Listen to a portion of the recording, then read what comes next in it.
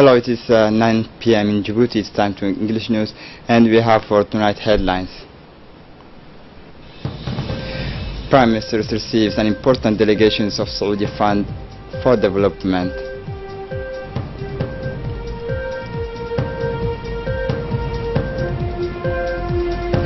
The information meetings on investment opportunities in the sectors of energy and natural resources. And concerning the international scene, after just 1 year of Brexit, Theresa May wants to bring together the British. Welcome in our newsroom. The President of the Republic received a message of solidarity and condolence of the Saudi Arabia. The President of the Republic, His Excellency Anglais, received yesterday a message of solidarity and condolence to the hand of the King of Kingdoms of Saudi Arabia and the custodians of the two holy places, His Majesty Salman bin Abdul Aziz Al Saud, following the death of late Barkat Gurud Hamadou, former Prime Minister and one of the leading figures of the political landscape national. In his message, the King Salman has expressed his compassion and solidarity to the President Gele and through him to the people of Djibouti as a whole. The Saudi nations as a whole join me to express his sympathy and friendship to the brothers people of Djibouti in the rest of the losses of the illustrious former Prime Minister has rated the custodians of the two holy places. I pray to God Almighty to collateralize permanently Djibouti, a country brothers and friends, enlightened leaders as a late Barkat Gurud Hamadou, to ensure the preservation and promotions of its supreme interests, has also indicated the King Salman in his message. May the mercy accommodate the deceased man of state of Djibouti in his eternal paradise. As also wished the Saudi King, who has also requested that his condolence saddened to be extended to the family, relatives and the whole of the people of Djibouti, has noted that the Crown Prince of the Kingdom of Saudi Arabia, His Highness Royal Mohammed bin Salman bin Abdul Aziz Al Saud, has also sent yesterday a similar message to the President of the Republic. And the end of this series of seminars and informations and reflections for the new elected of the Union for the presidential majority. This seminar had opened its door yesterday at the Sunny Hill Center of Arta. It was together during 2 days the 57 parliamentarians from UMP great victories of the last legislative elections. Several of them were discussed during the course of this seminar of 2 days. Parliamentarians were briefed on their role and missions within the Assembly and their duty and responsibility to the populations they represent. And at the end of this seminar, Prime Ministers and President of UMP Abdul Qadir Kamil Mohammed has indicated that this seminar will allow the new elected to familiarize themselves with the standards and parliamentary procedures, as well as the different aspects of the mission which are now there during their mandate. He has asked them to create a spirit of work and to put in place a coordination in achievement always objectives assigned by the President of the Republic, His Excellency Anglais. It is to recall that the last legislative elections were worked top to the hand by the coalitions of the UMP, a victory of the President of the Republic and Djiboutian women. The Prime Ministers decorate Hisham Ibrahim Al-Maghairi, the titles of Commanders of the National Orders of 27 June. Prime Minister Abdul Qadir Kamil Mohammed has received in audience Wednesday afternoon a delegation led by Mr. Hisham Ibrahim Al-Waqayan, Deputy Director General of the Kuwait Fund for Development. During this hearing, the Prime Minister recalled how were split fraternal relationship between the Republic of Djibouti and the State of Kuwait, and this thanks to the leadership of the President of the Republic of Djibouti and the Emir of Kuwait, Sheikh Sabah Al-Ahmed Al-Jabir Al-Sabah. Since the advent of our countries to independence, the two countries have continued to consolidate their bond of brotherhood. With regard to the bilateral cooperation, it remained fruitful in all sectors. The state of Kuwait has always responded present in the implementations of several socio-economic projects in Djibouti. During this meeting, the discussion between prime ministers and the deputy directors of the Kuwait Foundation is logically articulate account the project financed by the Kuwait Fund for Development in several areas, including housing, energy, health and work, at the rehabilitations of the roads, the contributions of Kuwait Fund for the PIN, the ongoing constructions of the social housing of the road of Dorale, the project for constructions of geothermal central to the La Casa with a capacity of 15 megawatt, and that Kuwait Fund will fund up to $27 million. This geothermal project responds to the desire of the President of the Republic to remove the obstacles of the cost of energy in the framework of doing business and Djibouti Visions 2035. These gestures of very strong support on the part of Kuwait attest once is not customary, and its unwavering solidarity and continues to our people, said Prime Minister. At the end of the maintenance and high level, the Prime Minister has decorated Mr. Hisham Ibrahim Al-Baqadi with the insigniations of Commander of the National Orders of 27 June. The hearing was held in the presence of Mr. Ali Sila, technical advisors to the Prime Minister.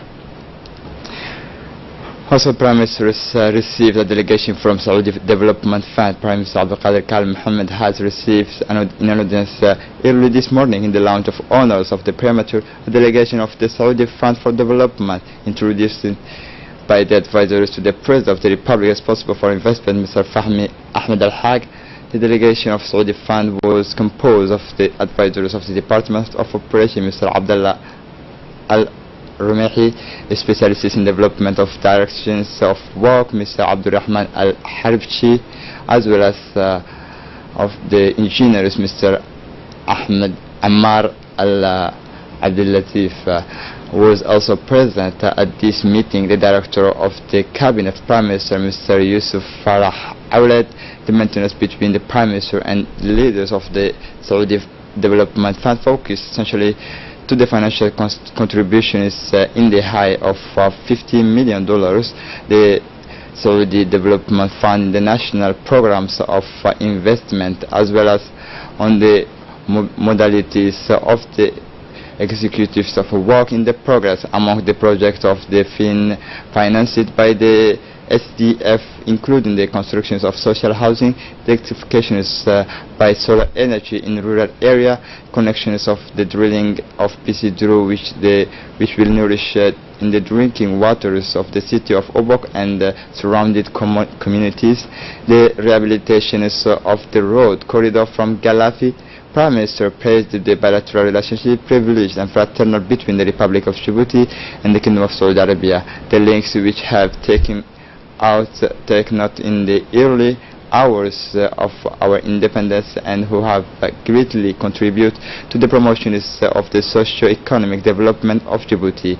Created in 1974, Saudi's Foundation for Development is the body through which is the Saudi Arabia Accord is bilateral assistance to the developing country. And in the framework of the financings of the rehabilitations of the National Highway number 1, the Minister of Equipment and Transport, Mr. Muhammad Abdul Qadir Musa Halim, held today in his cabinet technical meetings with a delegation from the bottoms of Saudi Arabia for development were present. Among others of this meeting, the advisors to the President in charge of the promotions of investment, Mr. Fahmi Ahmed Al-Haq, the Secretary General of the Department, and the Acting Director General of the Djiboutian Agency of Road, accompanied by his close collaborators. At this meeting, the discussions focused on ways and means to accelerate the procedures to begin the work of rehabilitation of the road Djibouti-Galafi in a reasonable period of time. The Minister of Interior, Mr. Hassan Omar Mohammed, has today made a statement in which he recalled for all the persons occupying the road and public spaces illegally to leave before the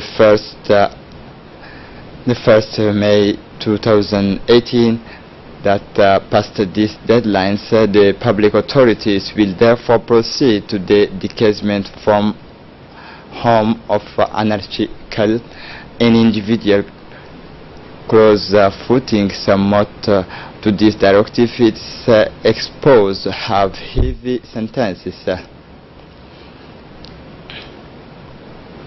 The Department of Energy, charge of natural resources, has organized today in collaboration with the Chamber of Commerce a day of information on the opportunities for investment in the sector of energy and natural resources within the Chamber of Commerce of Djibouti. We must say that the Republic of Djibouti has a geological background of good quality offerings, a geological background of good quality offering a potential important minings in favor of an industrial exploitation of mining substances, in particular in the field of construction materials, ceramics, cement, plasters. Another point addresses the three sources of renewable energy has potential for solar, the geothermal and wind power. The question is that is also installed was the following: which can produce and sell energy in Djibouti. The IPP Act opens a new file of possibility of investment in natural resources. Were present at this important ceremony the Minister of Energy, Yunus Ali Gedi, the President of the Chamber of Commerce, Yusuf Musa Dawale, and another members of the Chamber of Commerce, as well as the heads of businesses and investors. On the occasions of the information on the opportunities for investment in field of mining and resources renewable energy, we questioned the Minister of Energy, Yunus Ali Gedi, who indicated that renewable energy must be the future as everywhere in the world.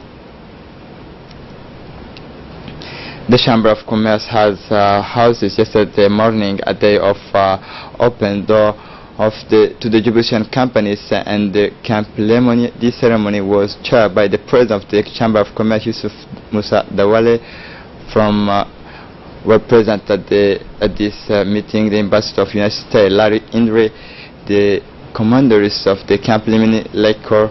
The objectives of this day is intended to approximate the main donors of order and the companies of the places, so that the latter can expose their activity and their know-how for terms meet the needs in goods and services of these entities is a priority for the Chamber of Commerce. In effect, it is the fourth edition organized once years in partnership with the American Embassy and the Camp Lemoni.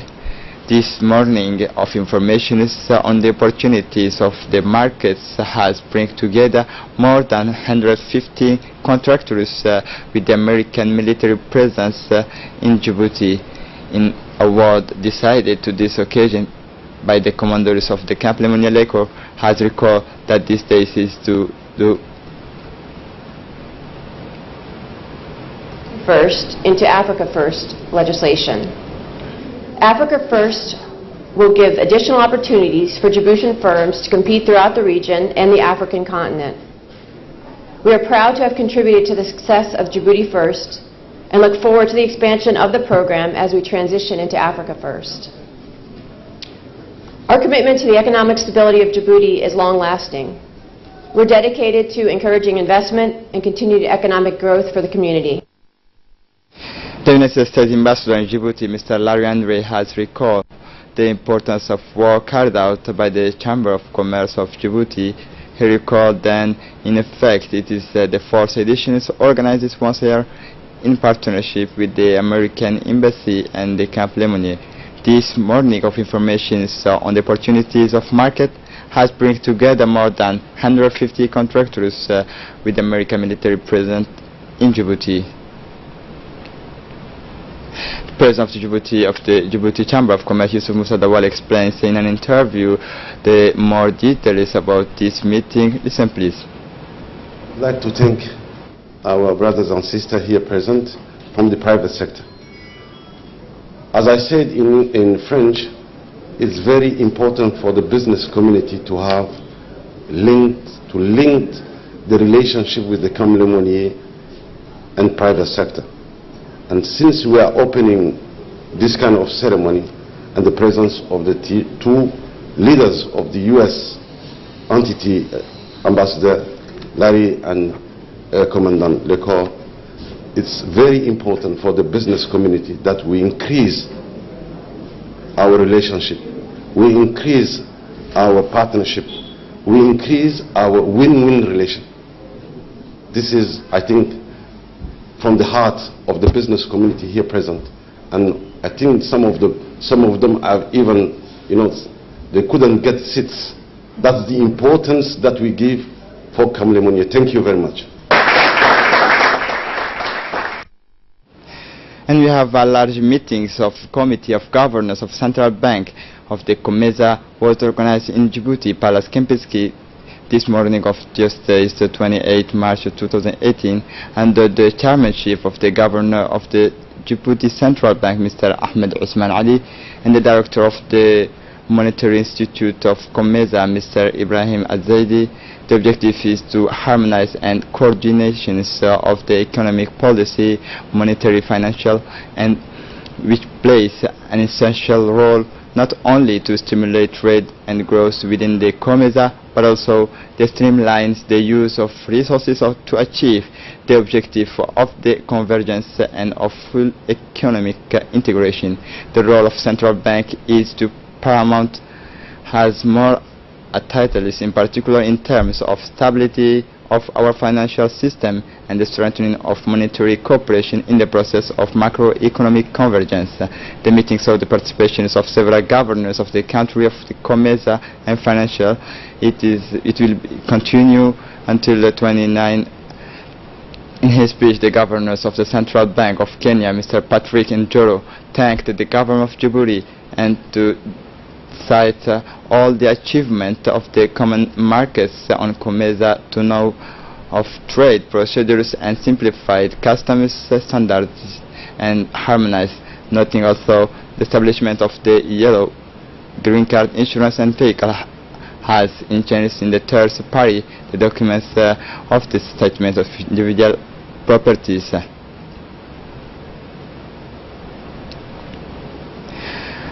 For his part, the governor of the central bank, Mr. Ahmed Usman, has explained the major advance and achievement of country of COMESA in the area of international trade in order to strengthen the monetary stability of the region and intensify trade and commercial trade in this part of the world. It has placed much emphasis on the objectives of symposium, which was meeting the country for a better regional integration and with a strong currency.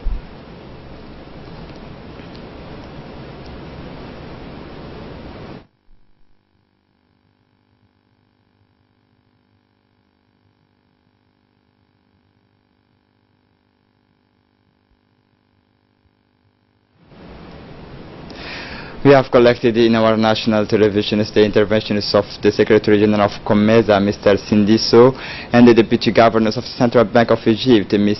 Nagla. For more details, listen please. Today, yes, the theme of the symposium is how central banks can contribute to sustainable development, and we have had a symposium this morning addressing those issues, and it is very simple. It is because central banks agree in terms of financial stability. They agree in terms of ensuring that inflation is kept at a minimum, because inflation, let me put it differently to you, is like a thief. Not many people know that when you have got high inflation, it makes the poorer poorer. And inflation, if you want to put it the other way, it is like a thief. So they are here to address all these things and see how the central banks can share their experiences. And one of the things that is coming out that they all agree on the fundamental role of the central banks.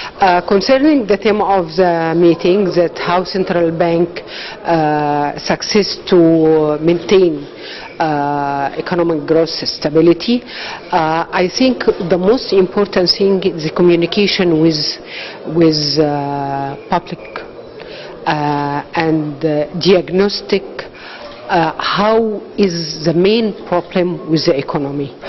And I think during the meeting I present the experience of Egyptian Central Bank and how to deal with the period of instability and what came after that from a negative growth rate for the economy and create the black market for the dollars and so on. So the most important thing is that the central bank has to keep an eye about the source of the problem, credibility of the central bank, credibility of banking sector. If you have a strong banking sector, this means the people is always have faith in their banking sector that is going to be beside them. So communication, deal with the problem in a real matter. The International Conference on the Safety and Security of the Railway is closed this Thursday at the People's Palace. This conference was held under the high patronage of the Minister of Equipment and Transport. It was co-organized by Egyptian Society of Railway and the International Union of Railways for the Africa. This international conference was held in the presence of the Director General of the Egyptian Society of Railway, Mr. Mahmoud Roble Dabar, the representative of the President of the International Union of Railway Africa region. The organization of international conferences is the result of cooperation between several institutions, RAI, and in particular the SDCF and the unions of the International Railway Africa region.